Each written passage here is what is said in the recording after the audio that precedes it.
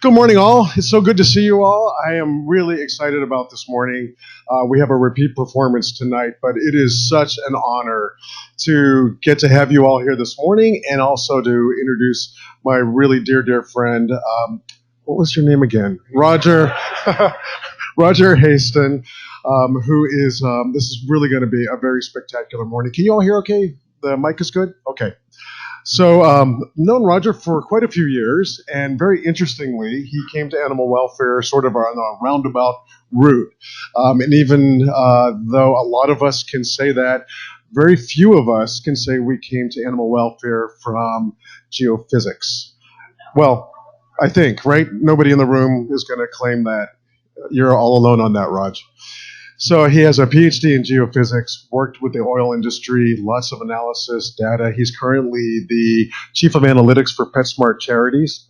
And none of that would have made sense if you didn't also know that he was on the board of Boulder Humane Society, Emancipet, ran his own animal welfare funding agency, the Pet Assistance Foundation in Colorado, and really, like a lot of us who have discovered animal welfare after our careers seem to go in different directions, found out that this was truly home. Very few of us can say that they have made such a difference in animal welfare as this gentleman has done. I would say what you're going to hear this morning really is the future of animal welfare. I've heard Roger do some of this talk in different variations for maybe the last 3 or 4 years.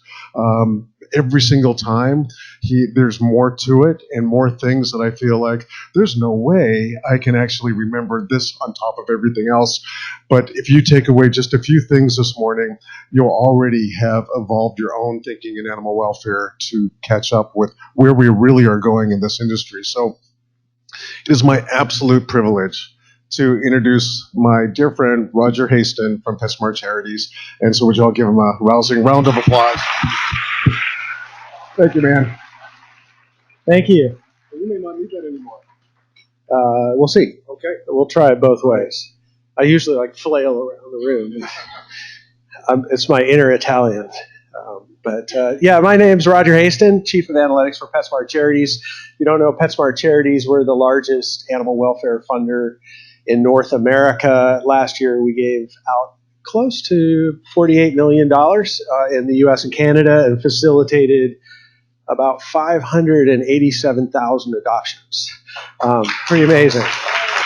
So, and as Gary mentioned, I did not. I have a PhD in geophysics and an MBA in finance. I had never had any intention of ever being in animal welfare at all. Was not on the career path. But what I have had is I've had 7 dogs in my life. All of them were unique. All of them were different. A couple of them were total pains in the butt, but I love them nonetheless. And it was really the power of that relationship I had with them that brought me into animal welfare and really keeps me here. And a good friend of mine one time asked me, what is it that you're best at? And I thought about that for a while, and I said, systemic thinking. I like to really look at the complexities of the world, think about them, and try to put them in a structure and a format that people can understand and utilize in their day-to-day lives. And over the last 5 or 6 years, I have done an inordinate amount of travel all over North America and now all over the world, really visiting shelters, talking to thousands of people, going to conferences, really trying to learn and understand about animal welfare. And every place is different. Every place is unique. Every place has its own challenges. But when you start to look at that kind of breadth across all these places, you start to see a lot of commonalities that also come out. And I would say the one commonality that is true everywhere I go is the people. The people that work long hours for very low pay in often really difficult and sometimes incredibly dangerous situations, and they do it because they want to make the world a better place for people and pets. From ACOs to CEOs, from vet techs to kennel techs, these people care, and they care deeply. And to me, it's humbling to be able to be here and speak because they truly are the heroes of animal welfare. And I liked doing public speaking. I enjoyed it. I always am surprised at how much I learn every time I come and do a presentation like this. And a lot of times when I'm at conferences, they'll give you feedback forms, which is really cool because I get to kind of see how people perceive what it is that I have to say. And I will confess, I do like the positive feedback better than the negative feedback. But I actually learn a lot more from the negative feedback, although I gave a talk down in Texas, and I got the feedback forms, and I was reading through them, and somebody said my talk was spectacularly boring. And that one really hurt because not only was I boring, I was also an oxymoron. So it was a couple of years ago, I had given another talk that was really around metrics and live release rate and trying to understand how we measure success. And a couple of animal welfare leaders called me up and said, hey, we'd love it if you would think about putting together a talk on the future of animal welfare. I'm like, that's easy compared to what I've done before. That should be fun, simple. And so I said, sure, why not? And then that resulted in probably 2.5 years of research, data analysis, tons and tons of interviews to really start to try to understand where we were headed. And it really opened up for me something that I hadn't realized, that thinking about the future is really tough. And it's really tough, I think, for a couple of reasons. One is it really forces us to start to challenge our own beliefs and our own thinking, and in a way that can be really scary because inevitably the future involves change. And so this is my catalog Ringo. He absolutely loves tennis balls. I mean, he loves tennis balls, but has the equivalent disdain for water. And I was sitting in the backyard, and he dropped his ball in the pool, and he sat there. He was barking at it. He was whining at it. He was begging. He was doing everything he could do to try to get that ball to come back to him so he didn't have to go through his arch nemesis, the water. And I thought this was a really cool allegory for what I was going to talk to you guys about today, because there's some really amazing stuff in our future. I think really amazing stuff, far beyond anything we've done so far. But we're going to have to do some really hard things to get there. And I'm inherently an optimist. I'm definitely not a pessimist. I think pessimism is boring, to be quite frankly. And there's a couple great things about being optimistic. One is it's a lot more fun.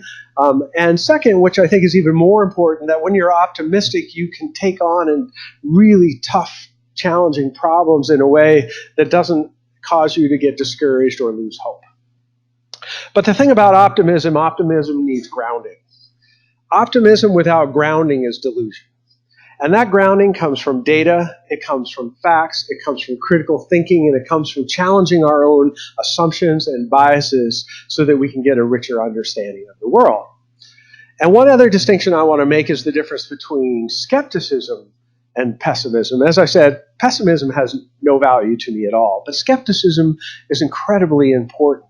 Skepticism is that process of asking and challenging our beliefs, our biases, our assumptions in a way that builds a richer understanding of the world and the complexity of the world that we work and live in. Because a lot of times a commitment to a belief of what is will shut our eyes and our minds to the possibilities of what might be. And I have my goal, besides showing you really cool pictures of dogs on surfboards, my goal at this end of this talk is to leave you with some things to think about. I hope I can engage you. I hope I can make you a little uncomfortable. I hope I can make you laugh. I hope I can make you maybe think about the world a little differently. And probably even more important, I hope we can take a few minutes to really celebrate how far we have come in animal welfare. And I am sure I will say some things you like, and I am sure I will say some things that you do not. I want you to leave here today wanting to ask hard questions about what you believe, what other believes, in order so that you can drive to get a better and richer understanding of the very complex world that we live and work in. That is what thinking about the future is all about. So it's really important when we think about the future is to build context. And the best way we can build context is start with history. And I'm going to give you a really brief, and I mean brief, but I think super relevant history of animal welfare. And the first thing I have to do is just talk about, we always use that term animal welfare. I like to define that because I'm a scientist and we need to define things. But one of the best frameworks that I think we have out there to talk about what it is that we do are the 5 freedoms. And that is the freedom from hunger and thirst, freedom from discomfort, freedom from pain, injury, and disease, freedom to express normal behavior, and freedom from fear and distress. And when we think about all those 5 freedoms and think about everything that's happening at a facility like this that has all these programs, it's really kind of encapsulate the complexity and the robustness of what animal welfare really is all about. And in this country, I would say animal welfare really started in 1866 in New York. It started earlier in Europe, but Henry Berg, who started the ASPCA, recognized this incredibly awful, cruel situation going on with the carriage horses in New York. And from that, he started the ASPCA, and then it wasn't till a little bit later that it really started to involve cats and dogs as well. But also what was interesting at that time, it was also about essentially vulnerable populations, and women and children were also essentially caught up in that same movement. I think when we think about what was the roots of animal welfare, it was about eliminating cruelty, abuse, and suffering. That was the foundation for what got going in this country. And then after that, you started to see a lot of humane societies start to spring up around the country around that time. And I was out in at Pennsylvania SPCA, and they had all sorts of amazing archived records.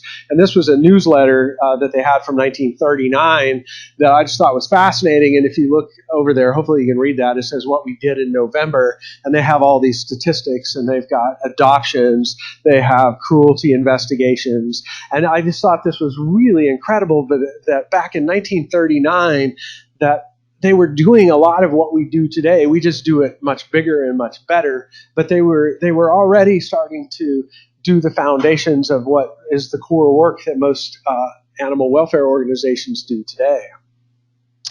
And then I'm going to jump. I told you this was brief. We've already made it 100 years into it. And we go, in 1964, there was a book published in the UK by Ruth Harrison called Animal Machines that highlighted just the absolute abysmal conditions of agriculture and animals in the UK, and it caused a huge public uproar.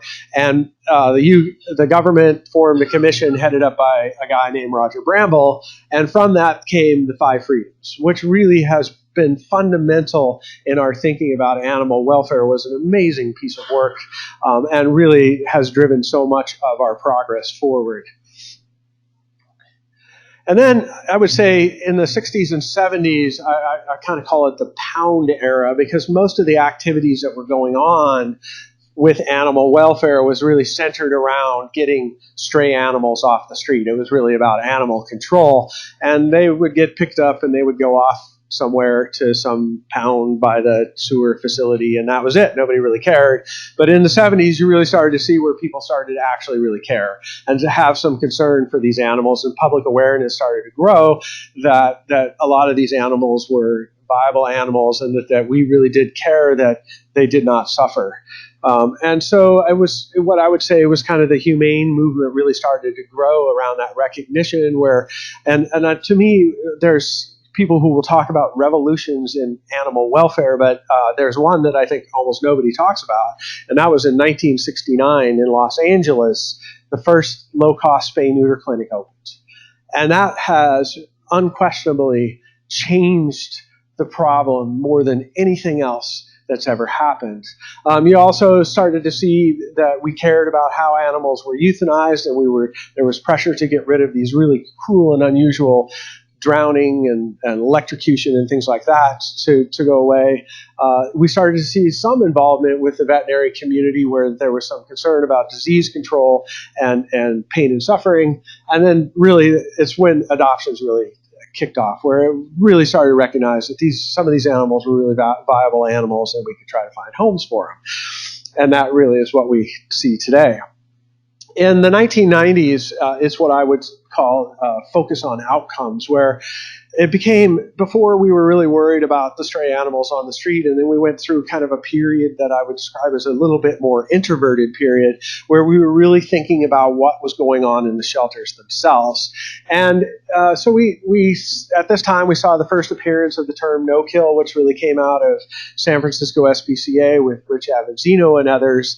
But I think also what's really important is it was the establishment, really a core establishment of a lot of the big major shelters that we have in this country, like Denver Dumb Friends League, this organization, Michigan Humane, that really have set up the core infrastructure that we leverage on so much today. And they became community icons as well.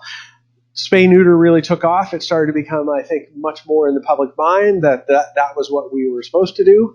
And then public awareness around the value of adoption really grew. And when I think about myself, this was really when it kind of clicked over in my mind that the only place I would ever get an animal would be to go to the shelter and adopt.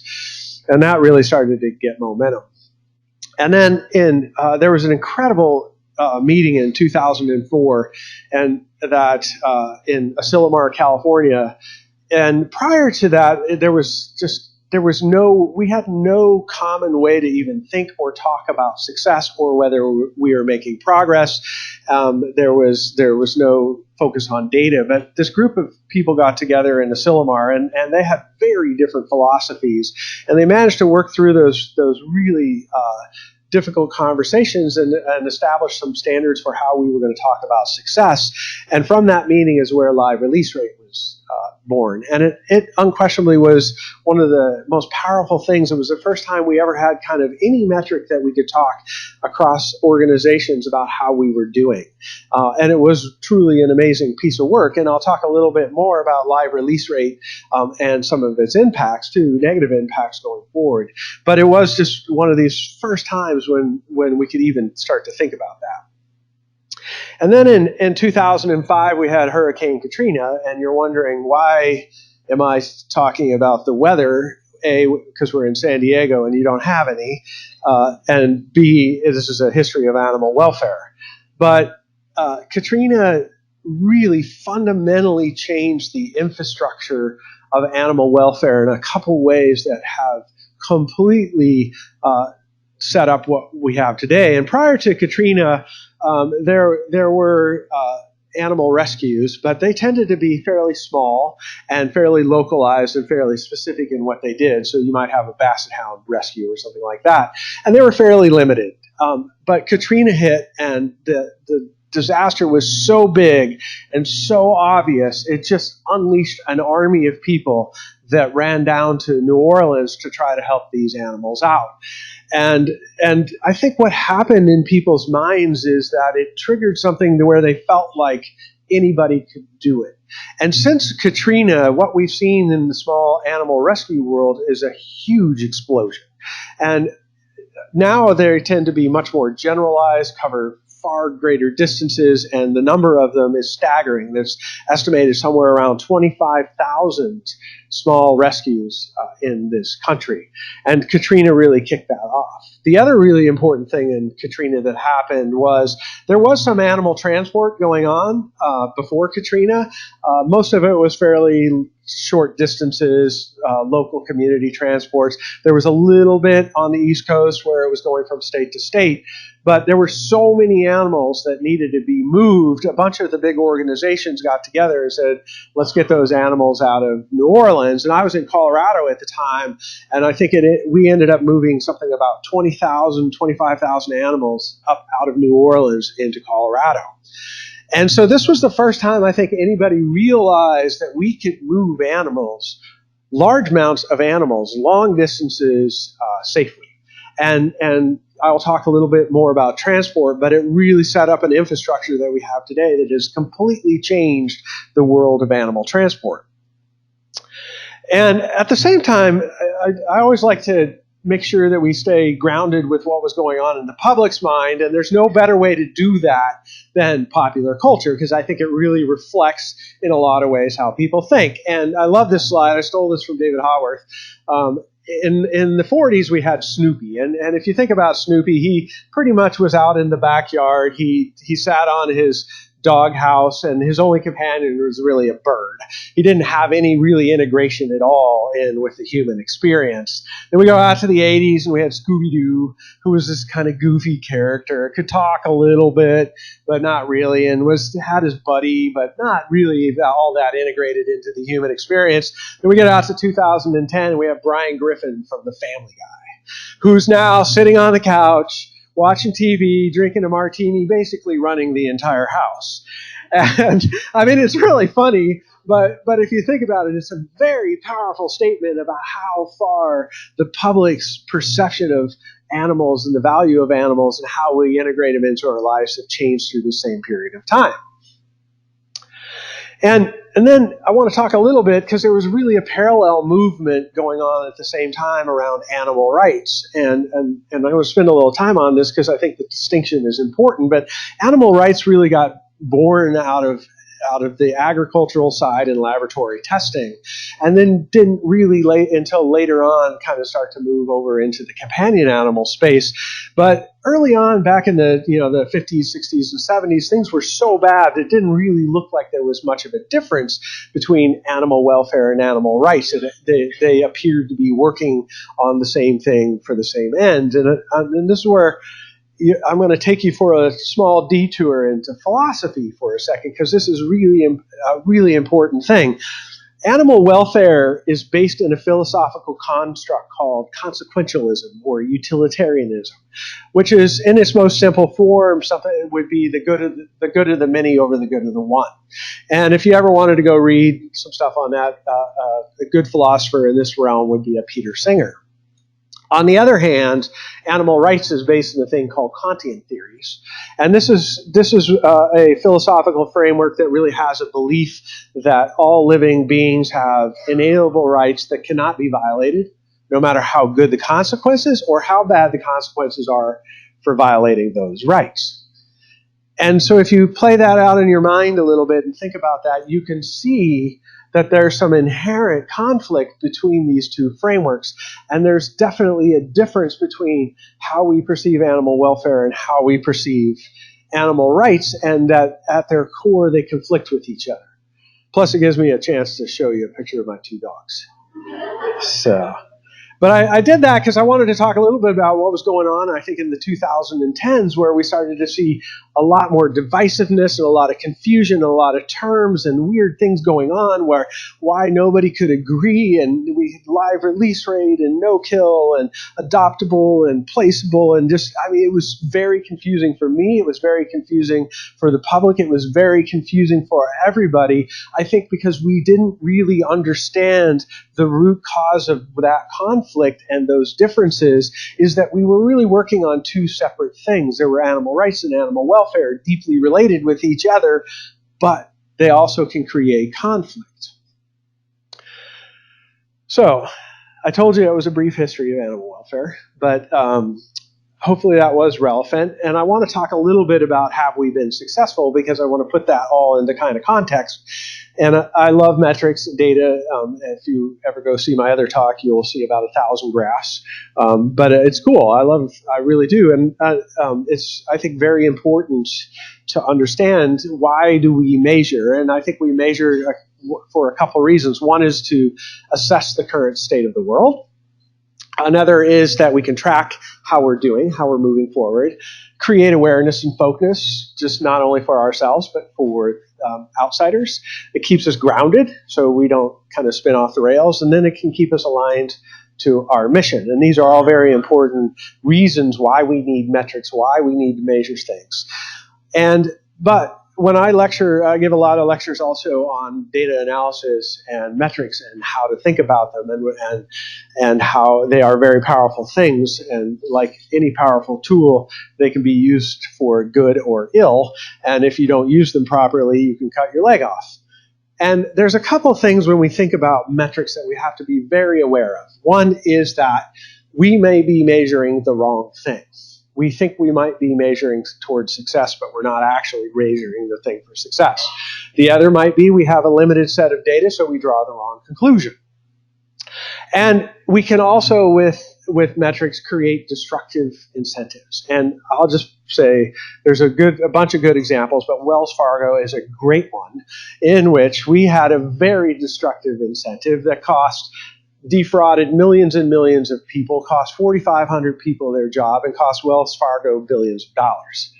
All because they had a really bad incentive that wasn't well balanced. And then I think one that's even more important is that when we measure complex systems, they're very hard to measure.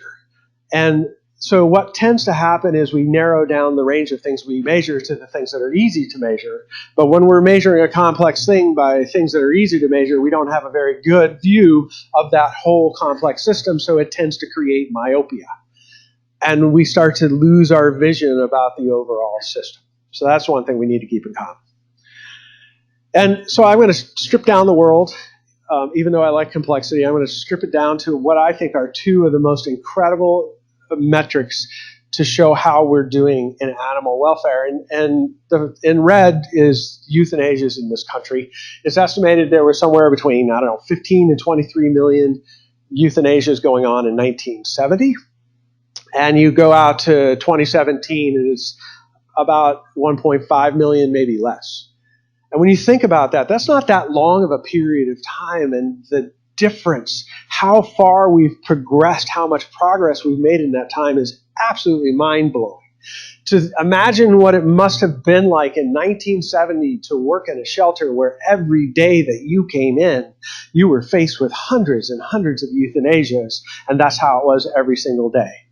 And now we're down to where we can really think about it in a thoughtful, ethical way that has really improved the world immensely for animals. The other one in green that I want to highlight is really the laws around cruelty abuse. In 1986, there were only 4 states in this country that had cruelty provisions in their laws for animal abuse. Only 4. Today, all 50 states have cruelty provisions. That's amazing progress. In that short of a period of time, to make that much legislative progress around something so fundamental to animal welfare, around cruelty and abuse, is incredible. Does not mean that we're all the way where we need to be, but I still think we're so bad in animal welfare about celebrating our success. We just beat each other up all the time because we want to get better, which is great, but we do need to take occasionally a pause and celebrate how far the world has come. And the other thing I want to highlight, when you make this kind of progress, that much change, it means the world has changed and the problems that we're working on are very different. All right. The other thing is when we think about strategically what sheltering was all about, up to where we are today, it was really around 2 key problems: overpopulation and homelessness, related but different. And the tools we had for working on that were spay and neuter, sheltering, and adoption. Those were the core fundamental tools we used to try to solve that problem. And the scope of the problem was so big, it really forced us into a pretty reactionary strategy, which is, oh my God, I need a shelter, I'll open the door and they all come in. And most of the metrics that we used to measure how we were doing were centered around that strategy of basically this passive strategy of animals show up at my door, I need to take care of it. And we'll talk more about that. And I'm going to take a drink of water. And I put this in here to remind me to do that. Plus, this owl was in my backyard, and I thought it was a really cool picture.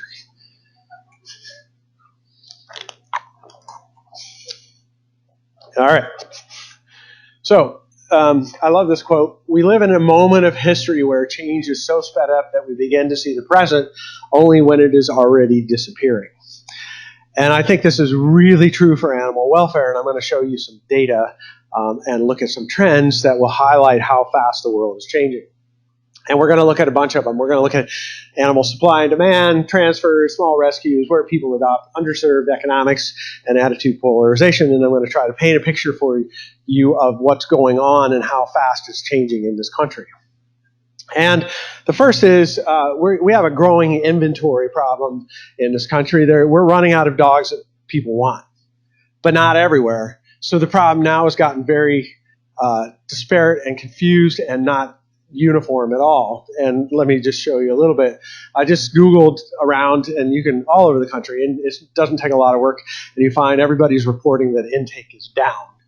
And I pulled some data from all over the country. I got Colorado, Arizona, Virginia, North Carolina, Portland, LA, Nebraska, all looking at their dog intake in these shelters all over the country. So this is north, south, all over. And what you can see from the year 2012, there's been about a 25% drop in intake reported all over the country in dogs. And this is fantastic news. I mean, for a lot of us who have been in this for a while, I don't think we ever thought we were actually going to make a difference. I mean, it sounds stupid, but it is changing. And when we think about that, it's going to create a lot of different problems for us. And one of them is we're going to run out of dogs that people want. And, sorry, I jumped ahead. But so why? Why do we have the decline? One is that we've had years and years of spay-neuter. And I've got a whole bunch of slides that aren't in this talk to prove to you why spay and neuter is the thing that works more than anything else that we do. The other is that we've got a lot more public awareness around the problem. We've done a great job in messaging that. There is we've somehow created some public fear of shelters, and there's some avoidance going on as well, where people just won't go to them. The other is that the shelters aren't actually reaching where the need is now, and I'll talk more about that. And then to some degree, almost every shelter in this country is limiting admission. And that's not necessarily to say that's good or bad, but we've started to implement strategies to try to prevent the animals from coming in. So naturally from that, intake's going to decline.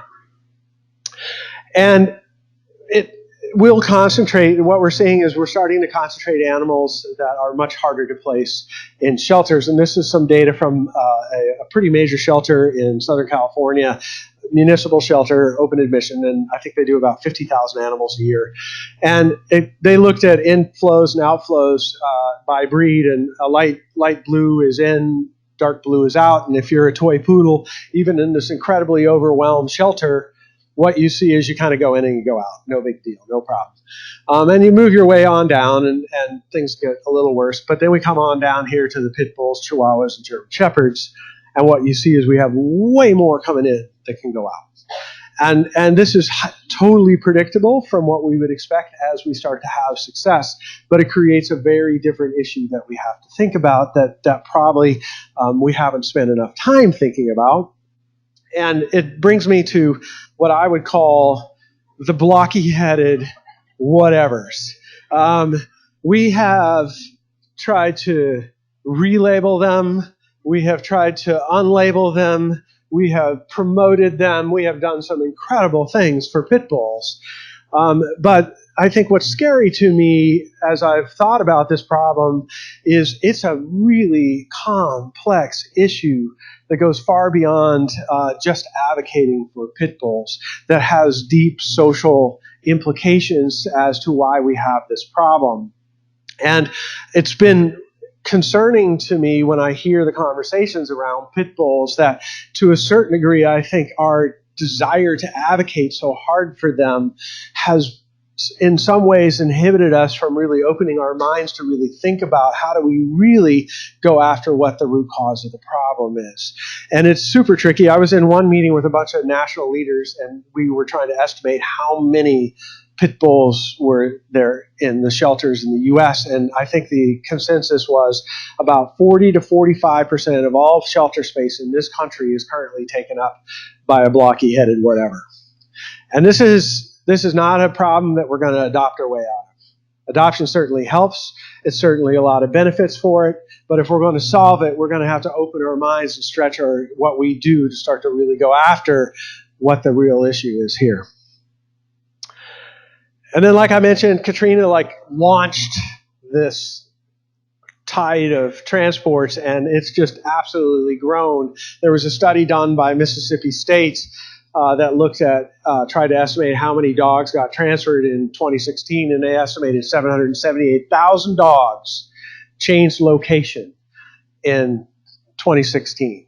And you could dispute their methodology a little bit, but just understand it's huge. It's clearly over 500,000. So think about that for a second. We have traditionally really thought about our own organizations just as our own organizations. But when you have that many animals changing locations, it has now become this incredibly interconnected system that we can't think about organization by organization by organization by organization anymore, because they're all tied together. What one organization does deeply affects the others. And we have to start to think about it much more as a community problem and less as an organizational issue. I mean, this has been a fantastic thing, but it has also brought issues with it, like disease control and all those kind of things. And those are the kind of problems that we need to work on today. And this is just from, to hammer that home, this is some data from Colorado. And I was in Colorado for a long time, so I like showing the data. In 2008, if you adopted a dog in Colorado, there was about a 20% chance that dog came from Colorado. Or, I mean, it did not come from Colorado. By 2016, if you adopted a dog in Colorado, there was over a 50% chance it did not come from Colorado. I looked at the 2017 data, and now that is up over 60%. So when we start talking about success and measures of success and all that, suddenly all these metrics that we've used traditionally in the past make absolutely no sense when this is what's going on, and we have to step back and really rethink how we talk about what we do. And the other thing about transport is it's usually the highly adoptables that get transferred, which is great because you may have a place, say, in Alabama that really is kind of overwhelmed, and we can move on up to the Northeast and where we have a really robust adoption market. And this is some data from the Pacific Northwest, looking at animals that came in from the public versus animals that got transferred in. The green and the blue are highly adoptable. The yellow and the red are much harder to place. And what you can see that got transferred in were all highly adoptable. And if we look at what came in from the public, you see a very different demographic. Much more difficult animals now are coming in from the public, which reflects the fact that we've made a lot of success in these neighborhoods. But the types of problems and the types of services and the types of issues that we're going to face now in the local community are much more challenging. And when we talk about how an organization is doing, we can't just think about it from a raw number like live release rate. It's not sufficient to describe the issues that an organization is actually dealing with. And one of the other great things that's happened is that adoption revenue has become an incredibly important tool for a lot of nonprofits where, 40-45% of their operating budget will be generated through adoption revenue. And this is great because they can start to fund things like medical and behavior programs and all that. And it's been great. And if you just run the numbers really quick, and we think about a lot of times an organization will pay $25 or $50 to a source shelter so they can do their mission and then transfer it up, and they'll get $500, $800, $1,000 in adoption fees for that, and that's all great. But that's over $100 million that gets generated through that, and that's mostly been used for good. But when you get that kind of money involved in a situation, it attracts a lot of bad actors. And what we see happening now in a lot of places in this country is what we call retail rescues. These are organizations that are either fronting as 501c3s or deceiving the public around what they're actually doing, and they're starting to really become money-making operations that have very little concern about the overall welfare of animals. It's really kind of fronts, and some of the places in Colorado, they were just organizations fronting for puppy mills, and they were branding it as rescue. And so I don't think any of us ever imagined that we would be so successful that this would become an issue, but it's become an issue because we've become successful, and we need to really think about how we start to manage that and what kind of regulations do we need, all those kind of things so that we can prevent this from happening. And that just kind of naturally takes me into talking a little bit about small rescues. And like I said, after Katrina, it just absolutely exploded.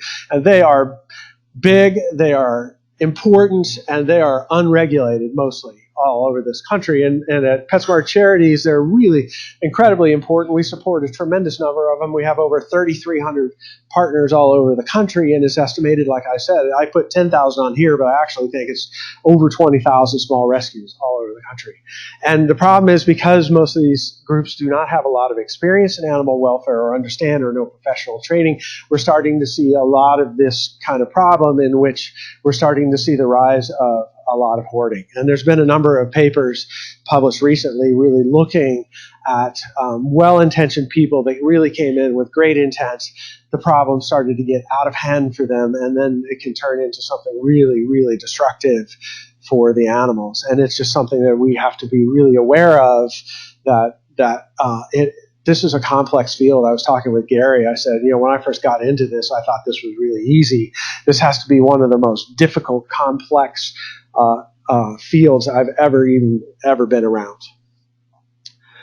And then I think the other cool thing is how people are adopting is really changing a lot too, and it's become an incredibly competitive world, which is really weird for those of us who've been doing it for a while. And one is we've done a great job of, one of the big goals we had was to convince the public that shelters were great places and they were happy and they look like this, which is amazing. And that could be you guys, right? I mean, and it's fantastic. That's been a great thing. Now the public expects that. We want them to expect that that's what a shelter is. This is an uplifting experience where you get your new family member, and that's what it used to look like. But the one issue is that it's expensive. These buildings are expensive. And so we have to understand that that's becoming a challenge for a lot of organizations. The other is, and now that I'm at PetSmart Charities, the founders of PetSmart really saw an opportunity early on to really help in the homelessness problems. And from the day one, they recognized they could bring nonprofit groups in, provide that space to adopt animals out of, and it worked out great. To me, it's one of the greatest examples of for-profit, nonprofit partnership that is deeply beneficial for both. And that has grown and grown and grown. In 2016, it was estimated there was over 1 million animals that got adopted out of retail locations. So that's the PetSmart, the Petco's, the Tractor Supplies, over 1 million. That is a third of all adoptions went out through retail locations.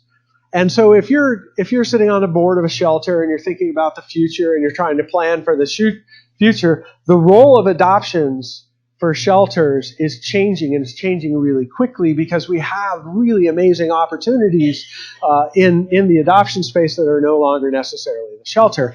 This is when I knew the world had really changed. Somebody told me that they were charging appearance fees for adoption events where a car dealership would call them up and say, hey, we would come do an adoption event. And they're like, we'd be glad to do that for $5,000. And I was like, wow, how much has the world changed? It's really cool that the businesses have recognized the value to communities to do these things and to their own businesses. But when we're thinking about the future, you have to recognize that it's a very different world. And then I'm going to talk a little bit about animal welfare deserts, and this has become an area of deep passion and focus for me. And we have done an incredible job with the people that we have done an incredible job with. And we have pretty much left everybody else out. And I'm going to show you some data to highlight this. So, I got to give you a quote too. I like quotes. The only thing worse than being blind is having vision but no sight. And from Helen Keller, sight but no vision. Sorry, flipped it around. And I think animal welfare right now, especially the infrastructure of it, is exactly that. And there's a really great program called Pets for Life that PetSmart Charities did a lot of funding of, and it would go into these very underserved urban environments and provide services and also collect a lot of data. And this was some data from about 20 different urban areas. And they would ask, have you ever had an experience with a veterinarian? And the answer was 75% of them had never had any contact with a veterinarian. And I think even more shocking to me was about 85% had never had any contact with a shelter or animal control. So think about this for a minute. They don't see us. And if they don't see us, we don't see them. We are completely blind to large chunks of populations of pets and people that our infrastructure currently is just not set up to get to. Yet when you go into these neighborhoods, the need is substantial. And I was asked to speak at a veterinary conference, and so I put this slide up because there's lots of, subsidized care and all this is a complex issue. But I put this why free is too expensive. And we think about it. Let's say you guys want to open a spay-neuter clinic in an underserved neighborhood. You spend the $800,000 or $1 million to go do that, and you're excited. You market it, and then Jerry who has a cat, hears about it, and Jerry loves his cat, so he thinks, yeah, man, that's cool. I'd like to go get my cat spayed and neutered. But Jerry works hourly, so he goes to his boss. Hopefully he's got a good boss. He says to his boss, man, can I have some time off? I got to go get my cat spayed and neutered. And he's like, sure, whatever. He $15 an hour times 4. So Jerry already, before he's even started, is $60 into his free spay and neuter. He goes, tries to pick up his cat, realizes he never picked up his cat before, gets really badly scratched, has to run down to Rite Aid, buy a box and a bunch of bandages. So now he's into it for another 30. Runs down to the bus stop, tries to get on the bus. The bus driver says to him, hey, man, you can't get on the bus. You got a cat. So then he goes to his buddy and says, can I borrow your car? I got to get my cat spayed and neutered. And he's like, sure, you can borrow my car, but you got to fill it up with gas. So he's into it for another $20. So luckily, Jerry is super committed, and he makes it to his free spay and neuter, and he gets there, and he's into that free spay and neuter for $100 already. And you see this happen all over the country, where people will build these spay-neuter clinics and then they can't fill them and they're wondering why. And some will conclude those people don't care. And it's a terrible conclusion.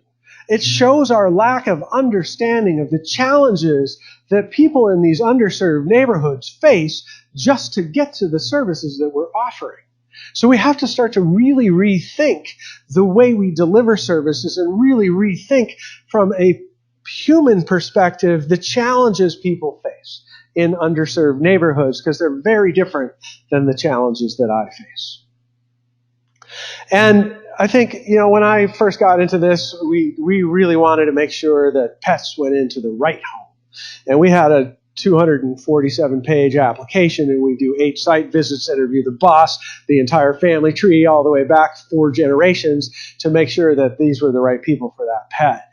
And we thought we were doing the right thing. But as we started to move into these underserved areas, that traditional view is really getting challenged, because I love this picture, because I look at this picture and I will ask you the question, are those dogs better off with that guy?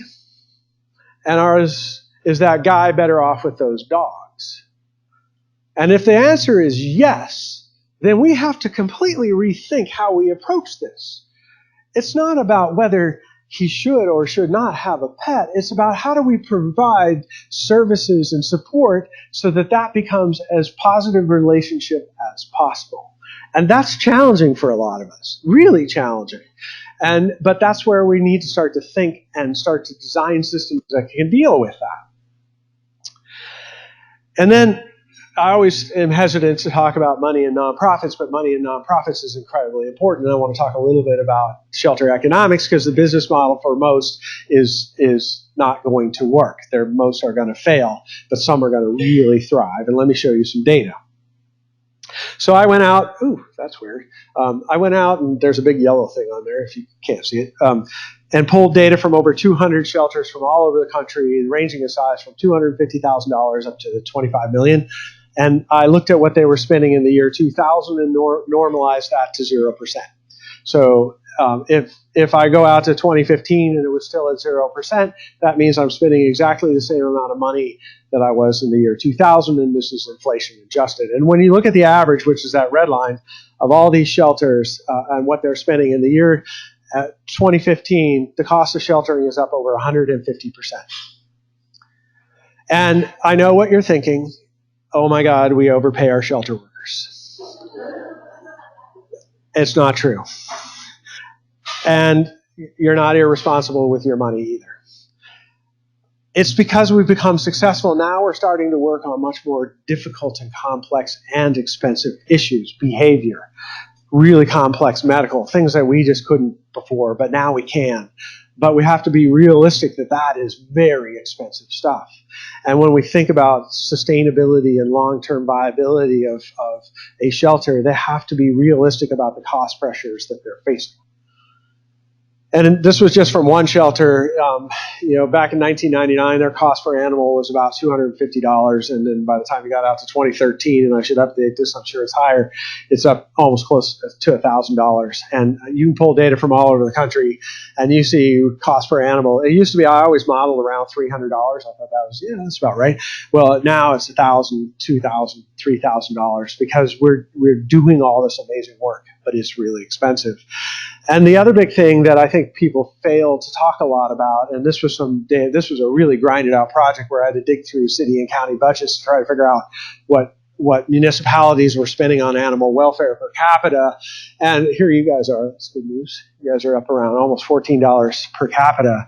But you can see there's a huge disparity in what municipalities spent on animal welfare. And it's probably if we talked about where funding really needs to come from, this is probably unquestionably the biggest underfunding problem that we have in animal welfare. I estimated, and this like blew people's heads off, we got about a $2.5 to $3 billion underfunding currently coming from municipalities. And if we want to focus on the most leveraging problems that we need to fix, this is it.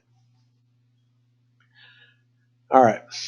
So now I'm going to talk a little bit about attitude polarization. And I don't know if you guys have noticed, but I spent a lot of time thinking it's subtle, but this country is dividing a little bit. Just an observation. So, and it's starting to happen in animal welfare too. You see a lot of the same kind of attitude stuff. And I asked the question, are we in an echo chamber? And we are a very small, tight-knit industry that all pretty much look the same. And there's some really interesting, I did a lot of research around social norming and reading up on social norming and what creates social norms and how social norms get created. And the interesting thing there is the more that you hang out with people that are like you, the narrower and narrower and narrower your thinking gets. The diversity of thought goes way down. Then I read this really cool paper, and this was a tad terrifying to me, on the development of extreme views.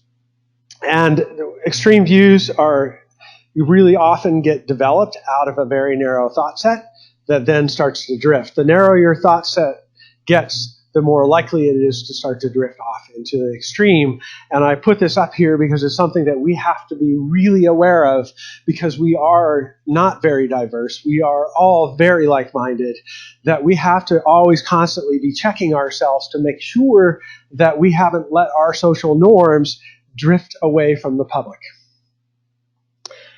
And it shows up in a couple ways. I mean, I think a lot of times we're all very passionate. I'm very passionate about what we do and the importance of the work we do, but it can cause sometimes us to lose sight of the truth. And this can happen in either really shoddy science or really agenda-driven science, or just straight out making shit up. Sorry. And it's scary. And as a scientist, it really deeply bothers me, because we're working on really complicated problems that take a lot of different thinking and a lot of time to try to figure out. And I went out and Googled shelter director death threat, and it took me very little time to fill this page up. Threats of death, threats of violence, threats of social media attacks, people's kids being followed to school, terrible things. And what bothers me is that I've met these people. I've met thousands of them. These are great people. They care. They want to change the world. They want to help animals. And this is a tough job. And when you come in and this is what you face, it's very difficult. And we need people with skills. We need talent. We need people that know marketing and finance and social work. And we're trying to attract them into this space. But if this is what they're faced with, I worry that we're going to lose the very people that we need to go forward. We've just lost some perspective.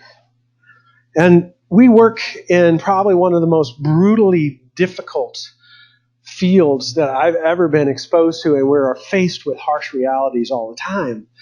And this was a woman, Antoinette Brown, who lived in South Dallas, a very poor area of South Dallas, who was brutally killed by a pack of stray pit bulls. And it caused a big uproar, and a lot of money came in, but sadly not a lot has happened. And we have to remember that we're not all just about pets. We are about people. And this is a list of people that have been killed recently in this country by dogs. And these people had dreams, they had hopes, they had parents, they had kids, they had aspirations, and they're gone.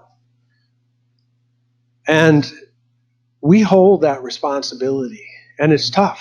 We hold a responsibility for the animals, and we hold a responsibility for the people. And we can never shy away from those two responsibilities because they need to work together. So I told you I was going to talk about the future of animal welfare, and I promise you I'll get there. But one of the things when I was thinking about it, so I gave you some history, I gave you some context, and then I wanted to look around the rest of the world to see what else was going on, because we tend to be very U.S.-centric in our thinking. And so there's an absolutely devastating, horrific animal welfare disaster going on in Italy that's really kind of the result of poorly thought out legislation. And back in the 90s, they passed an anti-euthanasia or no-kill law that said we're not going to euthanize any animals. We'll pay, they'll go into a shelter, they'll live out their life, everything will be fine. And what happened was right away, the animal shelters filled up. They still had the stray animal problem.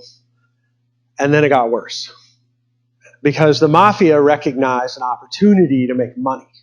And so they came in and took over all the animal shelters, especially in southern Italy, so they could collect the money. And you can only imagine the level of care that the mafia provides for animals. It's absolutely horrifying. Nobody in their right mind in Italy would ever bring an animal to an animal shelter, but it is by far a fate far worse than death. And you see this happening in Bosnia, you see this happening in Taiwan, you see it happening in countries that have started with a great intent, but never really thought about the long-term consequences of what that intent might produce.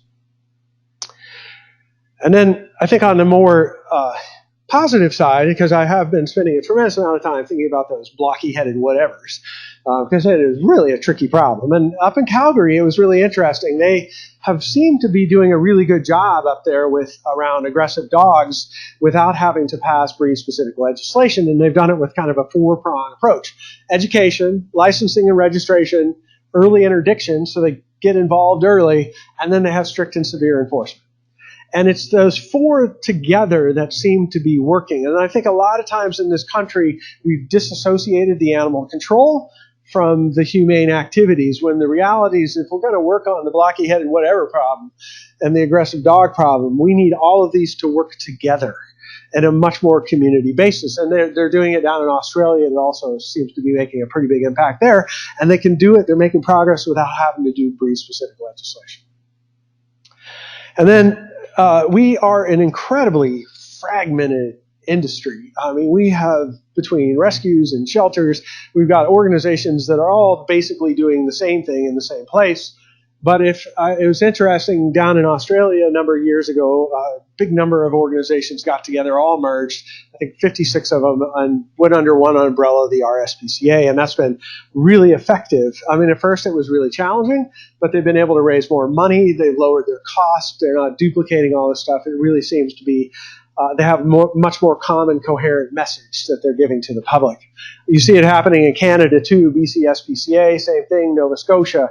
And I think as we've progressed in what we do, it's very important to start to quit the duplication and the complexities of the messaging and conflicting messaging and start to recognize we're all working on one problem and we need to work on it together and give up some of our individual identity. I don't know if we can do it in this country because we have a little bit different culture here than we do in Canada, but in some way that drive for collaboration is critical. So, future of animal welfare. People, pets, professionalism, preserving the bond, and a whole new set of metrics. And I'm not going to talk about the metrics today. That's probably the next time I come out and visit you guys. But I'm going to just go right to the end, and it's, I think, pretty simple, and then I'll show you how I got there. It's about eliminating cruelty and suffering. It's just back to our roots. It's why we got started. We can never lose that. It's about being humane, building and maintaining the bond between people and pets. It's about both those. And then building social capital through animals. And that is, how do we start to use animals to make better connections, better communities? All right.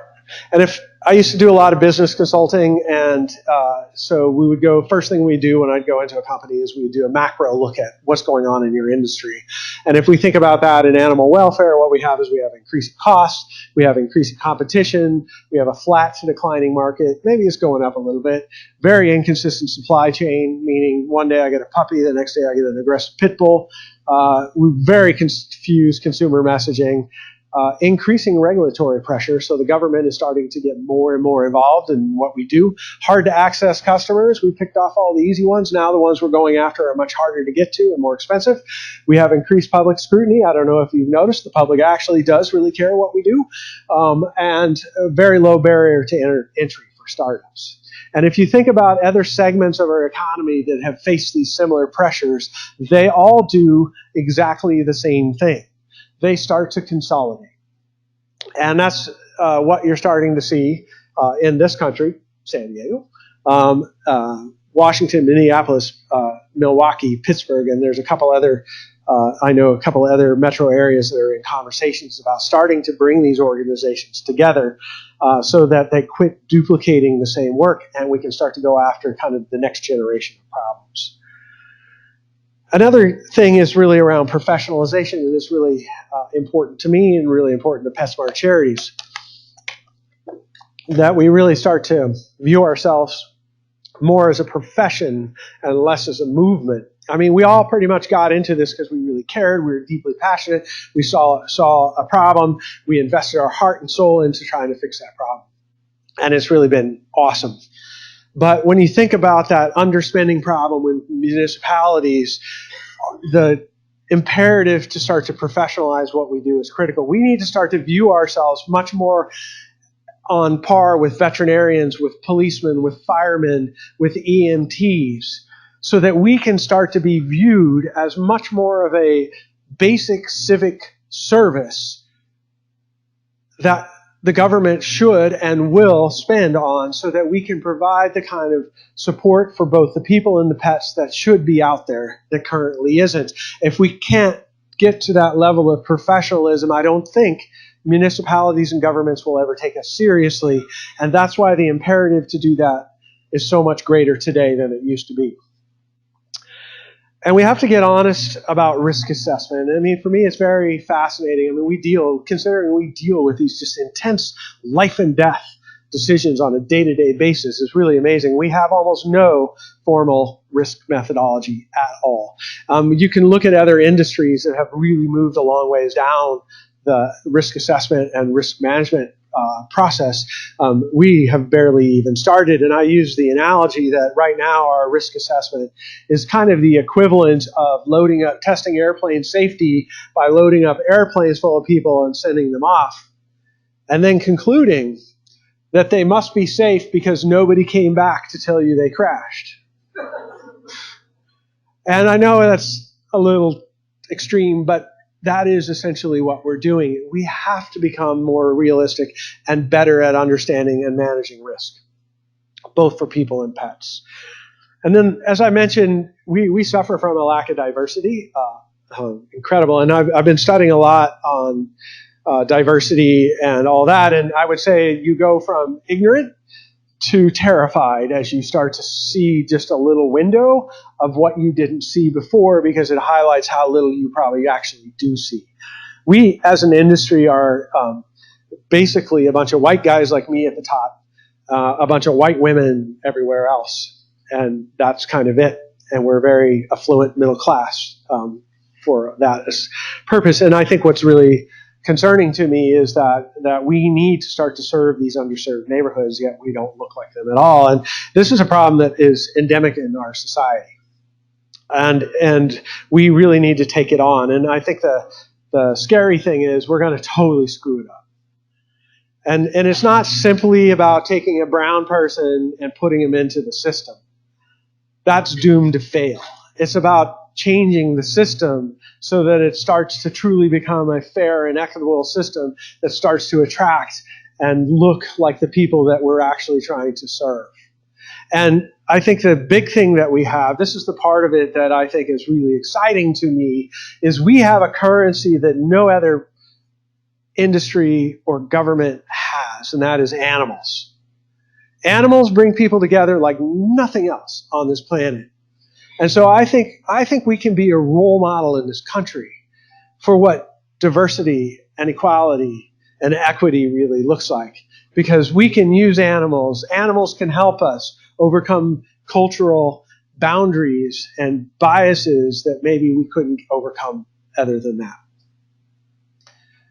And we have a really difficult road ahead, really difficult. And it's challenging, I think, because we have to change.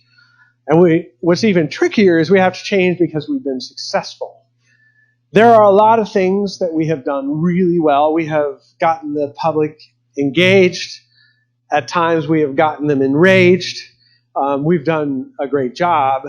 We have convinced people they need to adopt, and they do in crazy numbers. I don't think any of us that have done this for a while ever thought we would be at this point. Really, we didn't. We have been able to push the limits of behavior and medical and can now help animals we were never able to help before. We have Save or Else has been kind of the call to arms, and it has motivated a lot of people. It has raised a lot of money, and we have built an entire industry around saving. But we're reaching the limit. The anti-euthanasia movement, from my perspective, is starting to become unhitched from animal welfare as defined by the 5 freedoms. And animals are starting to suffer because of it. We've convinced the public with some of these messages that shelters are scary and people willingly kill animals. The anti-euthanasia movement has tended to motivate through fear, and that fear has rallied the troops. But we really never thought about the long-term consequences and outcomes of what some of those messages might produce.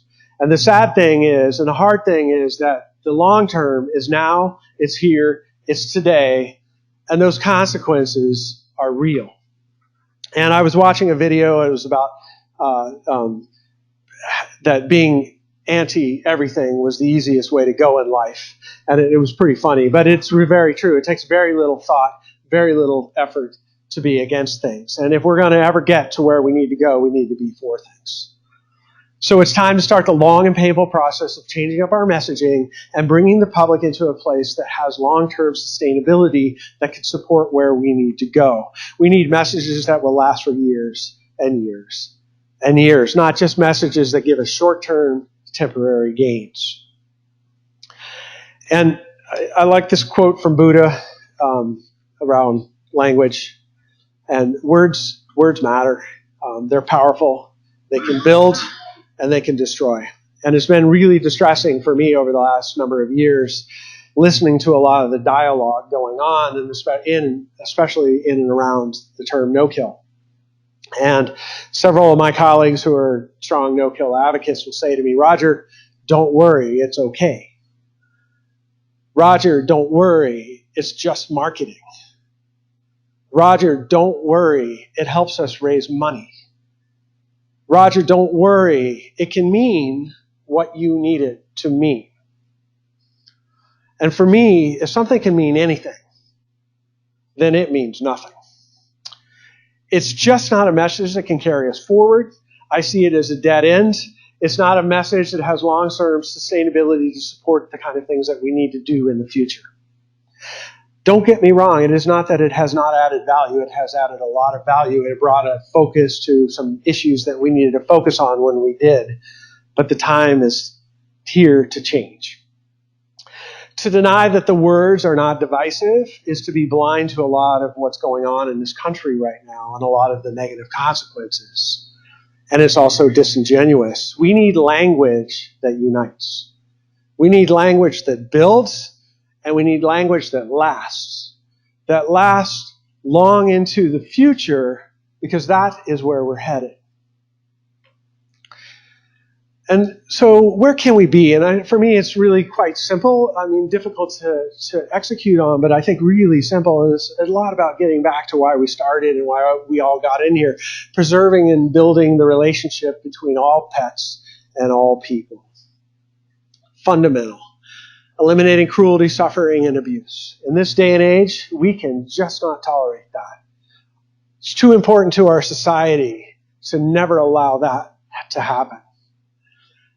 And maintaining public trust and safety to build social capital for all. There was a really cool paper I read around the quality of neighborhood connection and the impact that dogs had with that, and it was amazing. Places where people walk their dogs, the overall social connectivity of those communities went up, whether you were a pet owner or not. The impact of animals goes far beyond just what we get from it. It affects everybody around us. Community, access, and health.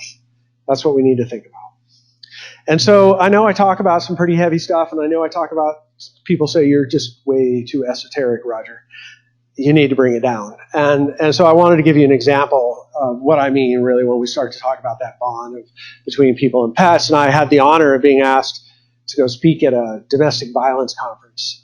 And I had to go do a ton of research and really learn about the impact of animals in these domestic violence situations. And it was incredibly humbling day.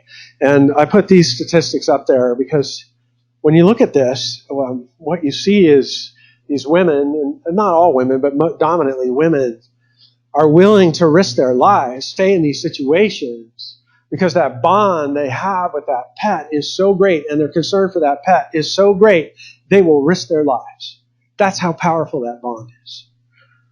But as amazing as that is, I think this quote is even more amazing to me, because this is a quote from a woman who now has managed to get herself out of this terrible situation and try to get her life back together. And when you read that, you see that one being is helping another, but it's switched.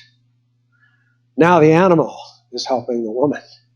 And to me, when we talk about what we're all about, what keeps us going, why we're here, it's because it's that mutuality. When we talk about the human-animal band, it's the power of it is when it's that mutuality that can go either way, that goes both ways, that makes the lives of both beings better. And when we do that, communities get better. We get stronger. And that's what I mean. And so it brings me back to the cattle dog's dilemma. He's still looking at his ball. And we have some amazing stuff in our future, absolutely amazing stuff in our future. We are about ready to change the world in a way that I don't think any of us ever imagined.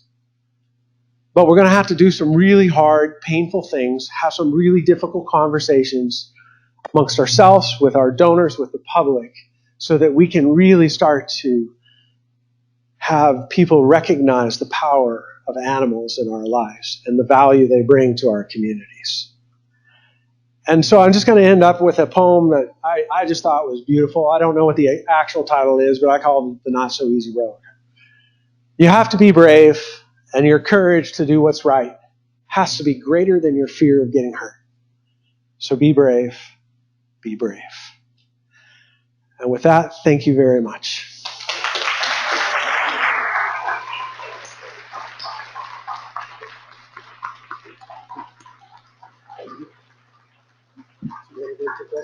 Yeah? Okay. We didn't overbill, did we? No, I don't think so. You choked me up this time. That quote, the domestic violence survivor, wow. Okay, we are going to take a few questions and then let Roger rest for the afternoon until he does this again this evening. But if you want, I can move the microphone around. Oh, you do? Good. Okay.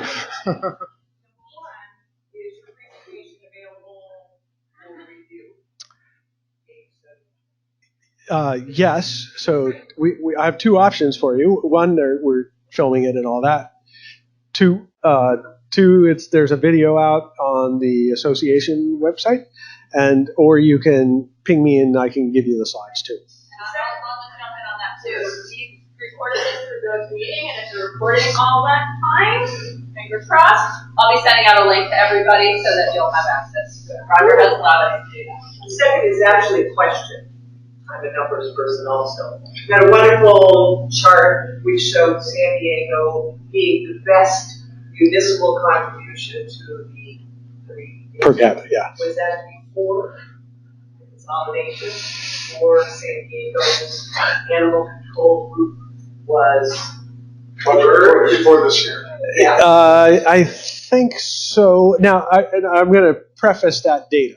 It was really hard to find out what municipalities. So I am totally open to hear that some of those numbers are completely wrong. But, yeah.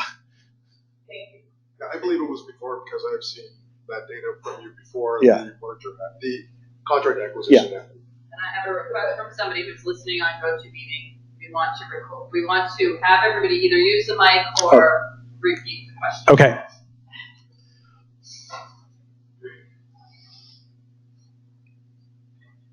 All right. Oh. I'm Crystal. Thank you for coming today. One of my questions is about the block-headed whatevers. What are some options if those in Chihuahuas are, the top numbers in shelters? What do we do? So great question. It was really around the blocky-headed whatever. So I think I need to trademark that term. We're all using it. I know. And so the question was really around what do we do? And I think when we think about it, we've been very much in a reactive mode where it comes to the shelter. I think we have to recognize that this is a deeply integrated human-animal problem that has a lot of socioeconomic aspects to it.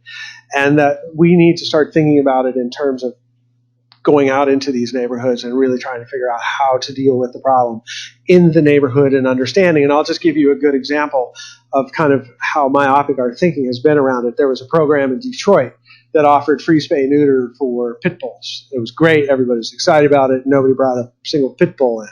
Why? Because for them, they're living in very difficult situations, and they were getting $1,000, $2,000, $3,000 for a pit bull puppy, and then we come in and say, here's a $50 benefit, and then we wonder why they don't take it.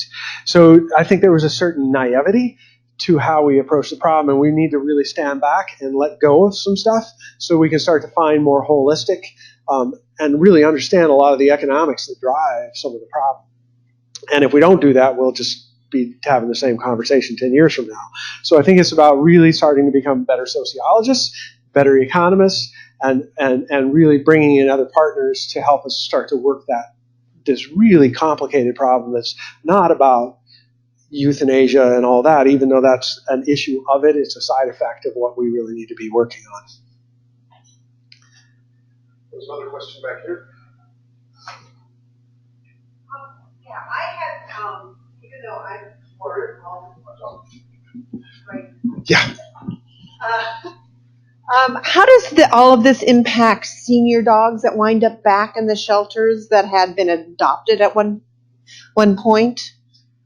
Because that seems, I foster for Lionel Legacies, which is a senior rescue group, and there seems to be, especially this time of year, a massive amount of senior dogs that wind up back in the shelters. Okay. Thanks. So yeah, I think some of the things that we've been really focused on around like senior dogs, or you could pick another any kind of subset of vulnerable animals is I think we've been funding a lot on retention, like understanding why do people need to relinquish and trying to get those resources to them rather than having them relinquish the animal. Our funding has really started to shift. Just to give you an example how our thinking at Charities is changing, it's really starting to shift away from direct funding in the shelter, but really trying to get out and get that funding into the community so that you don't, not that I want to put you out of business, but that would probably be a good day, but so that the resources keep that animal in that home, because that's by far the best place. It's heartbreaking every time one of those, we're about preserving the human animal bond, and then all of a sudden now we broke it. And there's no better place for those animals to be.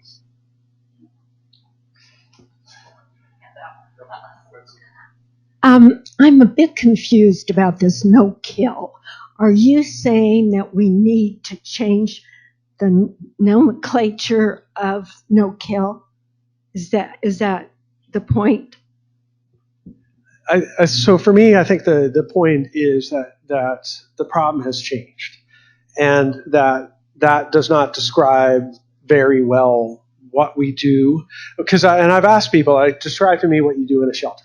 And we have humane education, and we have outreach programs and food support programs and transportation programs. And then I'm like, so how does that term now actually describe what we do? And it doesn't.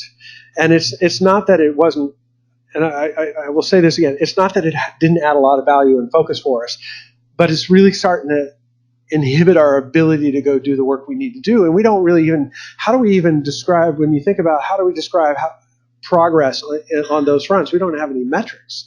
So it's just that for me, it's become outdated. It's not that it was wrong. It's not that it was bad. It's just that it doesn't represent the world that we're living in now and the world that we need to get to, which is far more robust and about community development and divisive. As far as nomenclature, before I ask my question, it's sort of, I appreciate very much what you're saying, and I also see that around the shift in calling catch, neuter, release cats, not feral cats anymore, but community cats. I think that's a much more positive approach. And having personally, along with some of my neighbors, taken care of 8 community cats in our backyards for over a decade, the last 2 having actually been successfully adopted into the home of one of the people.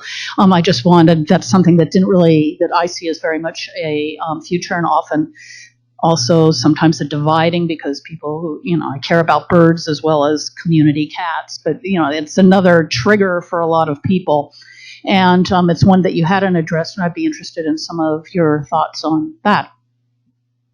Yeah, great question. I didn't have very much on cats, and I was on a cat panel one time, and at the end of it, I got accused of being extremely moderate, and so I was an oxymoron again. Yeah. And I think cats really highlight a really fascinating thing. It was very divisive, but then, and everybody used the term feral. There was like owned and feral.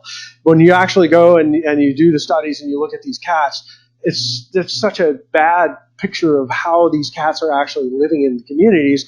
And there's actually very few feral cats. There are some. The bulk of them have some relationship with humans in one way or another. And so I think that's been, let me just describe a project that I'm very proud of that Charities is funding in Washington, D.C., and it's actually been on NPR and all that, where it's called the DC Cat Count, where we're going through and it's a 3-year study to really go through and count all the cats in DC, whether they're feral, community owned, to start to understand the life cycle of these cats, because it's very complex how they interplay with humans. And so I think it's, to your point, that the old language really hemmed us in from understanding how to even go at it. These are really complex ecology problems. And if we're sitting there yelling at each other like, your cat killed my bird, and don't kill the cat, we don't get very far. And so there's some exciting research, and in that project in particular, we have we have HSUS and the Smithsonian working together, which they're key partners in that. And if you know anything about that relationship, you would go, that's impossible. So I think that's a really good example about letting go sometimes of these deeply passionate, and I've had to let go of a lot of stuff. I mean, I've gone through the same process myself, but sometimes that language really prevents us from being in the room with everybody that we need to be in the room with. These are multi-stakeholder problems, and cats are a great example of that. And now I think we're starting to make some progress to really understand that it's a community problem, and we've got to bring all sorts of people in. And we have to be cognizant of the wildlife concerns, and we have to be cognizant of the humane concerns. So good question.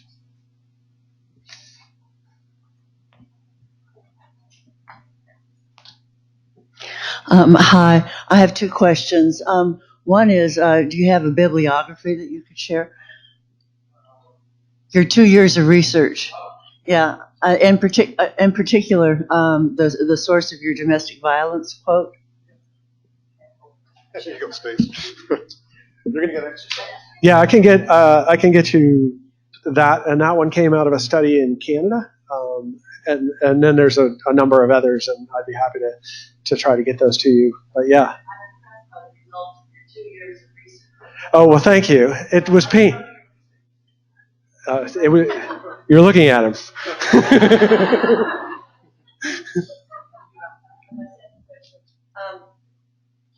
is you've highlighted many areas of concern. The second half of your talk did. And, I'm a person who likes to, leap into action. So what is PetSmart Charities doing? What is SDHS doing about these areas of concern that you've brought up? Sounds like a double header. Yeah, sure. So from charities' perspective, some of the things where our thinking has really been shifting and where we're trying to think about it. One is now we really are trying to encourage and fund and help collaborations, community collaborations. The other is that we're starting to really start to get human services involved in these animal welfare issues, because when you really look at them, they're not really separatable anymore. When we think about homeless, like we went and had a really great meeting with the Alliance for Homelessness in the U.S. Anyway, I forget their exact name, but big national organization around homelessness. And we asked them the question, are you having trouble carrying out your mission because people have pets? And they were like, yes. And so when you think about that, now all of a sudden we're working on the same problem. So we've been really trying to structure our granting programs to really facilitate non-likely partners getting together. And so that because we can't solve that problem if we don't have people that understand homelessness in that, or domestic violence. So that's been a big shift for us, and it may not sound like a big shift, but it is really a big shift for us, because that's where we feel like now that we can really get people at the table and really start to talk about the complexities of these, and that we can't separate it. It's not an animal problem. It's not a people problem. They're intertwined so closely together. As far as San Diego Humane, we're working with great people like Roger, but also changing the model to help the community. It's all about safety net here, and changing the way that we do things and collaborating. And it's a community effort, not one individual shelter. Most of you know we've now merged with 4 other organizations, added more contracts, bringing everything together, but actually doing it all together as a partnership with the community. Otherwise, it doesn't work. Well, I'm going to say thank you to Roger from all of us. I'm going to tell you all one thing. This will help you for the rest of the month of December. At your next holiday party, when you run out of things to say, just drop a comment about consequentialism versus Kantian theory. You will be the smartest person in the room. Please join me in thanking Roger Haston. Brilliant. Thank you, man.